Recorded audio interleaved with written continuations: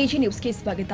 ಚಾಮರಾಜನಗರ ಜಿಲ್ಲೆಯ ಹನೂರು ತಾಲೂಕಿನ ಮಹದೇಶ್ವರ ಬೆಟ್ಟದ ರಸ್ತೆಯ ತಾಳುಬೆಟ್ಟ ಕೋಣನಕೆರೆ ಮಾರ್ಗದಲ್ಲಿ ಮಂಗಳವಾರ ದಿವಸ ಬೆಳ್ಳಂಬೆಳಗ್ಗೆ ಆಟೋ ಹಾಗೂ ಕಾರಿನ ನಡುವೆ ಭೀಕರ ಅಪಘಾತ ಸಂಭವಿಸಿದ್ದು, ಅಪಘಾತದಲ್ಲಿ 3 ಗಾಯಗೊಂಡ ಘಟನೆ ಜರುಗಿದೆ.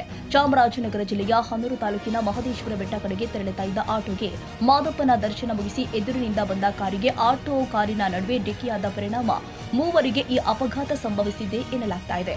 ಕಾರಲ್ಲಿ ಇದ್ದ ಈ ಅಪಘಾತಕರು ಮೈಸೂರಿನ ಮಂಡಿ ಮೊಹಲಾದ ಗ್ರಾಮದ 12 ವರ್ಷದ ಯಶಸ್ ಹಾಗೂ ಆಟೋದಲ್ಲಿ ಇದ್ದ ಮೈಸೂರಿನ ಕೂರ್ಗಹಳ್ಳಿಯ ಅರುಣ್ ಮತ್ತು ಪವನ್ ಎಂಬಾತರಿಗೆ ತೀವ್ರ ಗಾಯಗಳಾಗಿದೆ. ಡಿಕ್ಕಿಯ ತೀವ್ರತೆಗೆ ಆಟೋ ಮತ್ತು ಕಾರು ಎರಡೂ ಕೂಡ ಸಂಪೂರ್ಣ ಜಖಂಗೊಂಡಿದೆ ಅಂತ ವಾಹನಗಳು ಗುಚ್ಚಾಗಿದೆ ಎಂದಿದ್ದಾರೆ.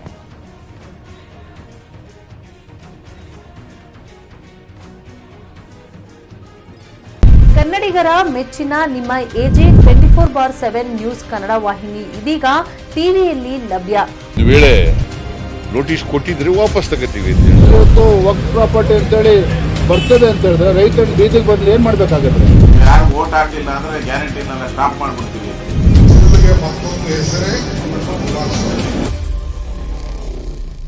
ಕರ್ನಾಟಕ ಮತ್ತು ದೇಶ ವಿದೇಶ 360 ಡಿಗ್ರಿ ಸುದ್ದಿ ಹಾಗೂ ಉತ್ತರ ಕರ್ನಾಟಕ, ಬೆಳಗಾವಿ, ಬಾಗಲಕೋಟೆ, ಧಾರವಾಡ, ಹಾವೇರಿ, ಗದಗ, ಬಿಜಾಪುರ ಜಿಲ್ಲೆಯ ಕ್ಷಣದ ವಿವರವನ್ನ ಪಡೆಯುವುದಕ್ಕೆ ಎಜೆ 24/7 ನ್ಯೂಸ್ ಕನ್ನಡ ವಾಹಿನಿಯನ್ನ ಲೈಕ್ ಮಾಡಿ, ವಿಡಿಯೋಗಳನ್ನ ಶೇರ್ ಮಾಡಿ, ಕಮೆಂಟ್ ಮಾಡುವ ಮೂಲಕ ನಮ್ಮ ವಾಹಿನಿಗೆ ಸಹಕಾರ ನೀಡಿ ಮತ್ತು ಚಾನೆಲ್ ಅನ್ನ ಸಬ್ಸ್ಕ್ರೈಬ್ ಮಾಡಿ.